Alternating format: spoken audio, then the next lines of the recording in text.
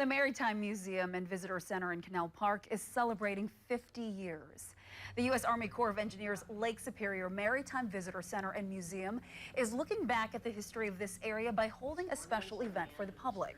Well, today the center unveiled some rare artifacts and collections that include photos and parts of the original Point Lighthouse, a U.S. steel ship flag, and artifacts from inside ships that came through the canal.